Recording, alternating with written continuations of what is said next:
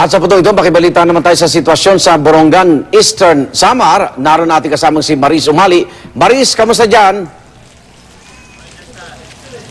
Igan, Pia, hanggang sa mga oras na ito ay bumubuhos pa rin yung manakanakang ulan at nararamdaman pa rin natin yung bahagyang malakas na hangin. Pero wala ito sa kalingkingan kung ano yung dinanas namin sa kasagsagan ng napakalakas na ulan at hangin kagabi. Parang walang katapusan itong pananalasa ng napakalakas na bagyong si Ruby. Yung ulan talagang napakalakas, tapos yung hangin parang umiikot siya at umuungol pa. Alam mo, ang panalangin na lang talaga kagabi ng mga residente nung nakasama namin dyan sa hotel na yan, campus sa Vicenta, ay matapos na itong pagsubok na ito. Ibahagi ko lang, Iga, na Pia, yung naging karanasan namin bago natin ilarawan kung ano talaga yung nangyari ring destruction ngayong umaga nung nakita na natin lahat-lahat. Sa tinagal-tagal ko ng reporter at nagko-cover ng mga kalamidad, ngayon lang ako nakaramdam ng ganito. Yung nakita niyong van kanina na pinakita natin, kanina lamang, ayan, ganyan kalakas yung hangin. Tapos umuugong yung tunog. Talagang may sipol na napakalakas. Tapos, sumilong sana kami dyan sa hotel na yan para dyan kami magstay, makisilong at kumuha rin ng mga footage. Ang problema, nung papasok na sana, sobrang bumuhos na yung napakalakas na ulan tsaka yung napakalakas na hangin, kaya medyo natakot na kaming bumaba. Sumitsyempo sana kami, pero hindi na kami nakalabas pa ng van. Ako tsaka yung driver. Ang naunang nakalabas lang, yung cameraman, tsaka yung assistant cameraman namin, si Verhel, tsaka si Kuya Donnie. So, for 2.5 hours, na-trap ako tsaka si Kuya Francis, yung driver namin dun sa loob ng van. Humahanap kami ng tiyempo, pero ang nangyari, sobrang tagal na talaga, sobrang lakas ng hangin.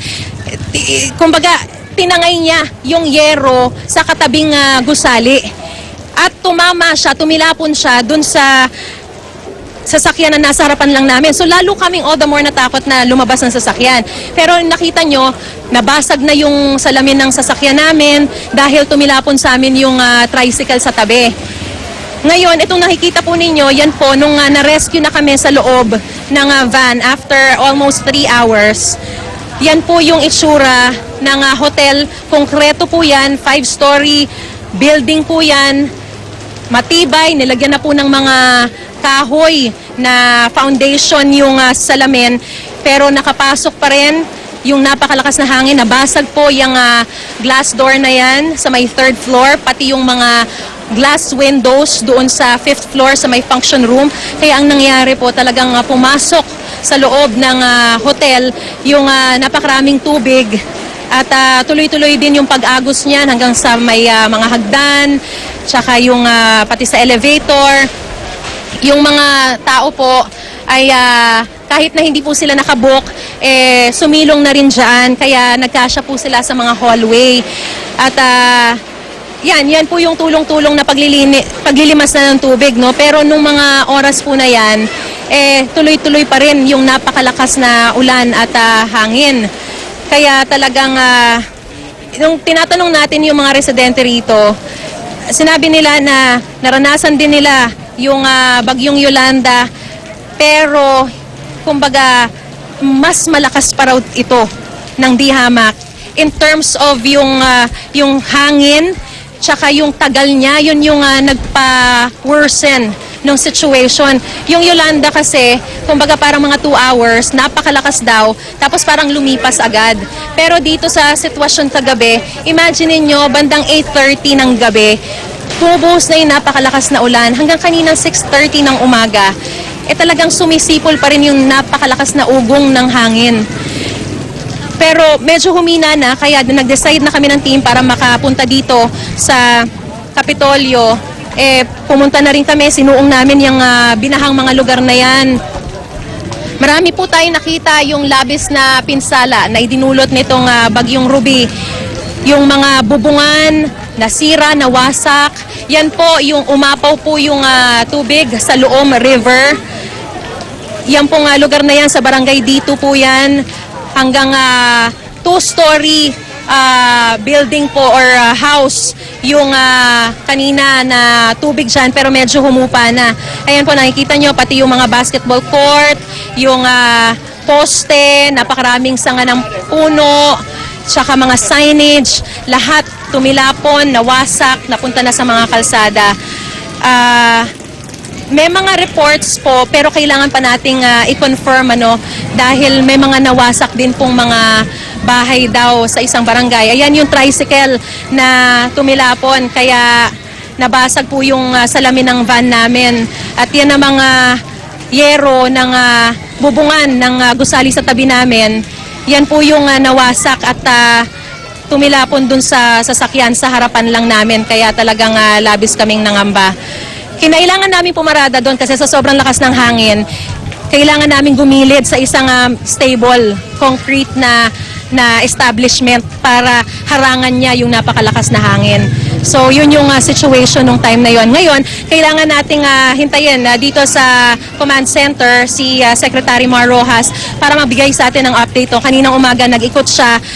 Most likely hawak na niya yung report dun sa mga areas kasi medyo malalayo yung mga towns dito magkakalayo at Maris, marami na rin pong reported na mga landslides hindi na natin mapuntahan. Gusto sana nating puntahan. May mga tinangay daw na bahay. Tsaka may mga nawawala. Okay, mga Maris. tao. Pero i-confirm natin yan maya-maya. Yes, Igan. Yung pisalang pinakita nyo, no, kamusta naman yung mga taga dyan sa Borongan, East Samar? May mga nasaktan ba? O may mga report ba na nasan sila ngayon?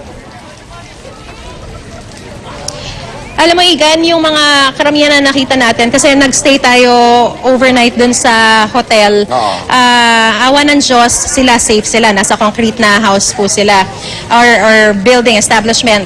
Yung mga nakita natin kanina, nung bumabiyahe na tayo magmula dun sa hotel na yan, papunta dito sa Kapitolyo, wala naman silang, may nakausap po tayong barangay captain ng barangay D2. So nailikas Awa na? ng Diyos, wala naman daw pong nasaktan. Okay. May dalawang naiwan dun sa barangay dito pero nailikas na rin sila. So far, right now, dun lang sa mga areas na nadaanan natin, awa ng Diyos, walang nasaktan. Pero kailangan pa nating hintayin yung talagang report from the officials dahil sila yung mas may malawak na kumbaga observation dahil nag-ikot sina Secretary Mar kanina. And at least yung mga barangay captains, mga PDRRMO also, meron silang mga reports na makukuha from different barangay captains, from different towns, from different municipalities kung kumusta yung sitwasyon doon. So- may maraming reported na landslides din kasi dito sa Borongan. Ibig sabihin, mga Maris? kalapit na towns. Ibig sabihin, Maris, yung mga pinakita mo, ayan, na nalubog sa baha, wala na mga tao yung mga tahanan na yan, na nailikas na sila.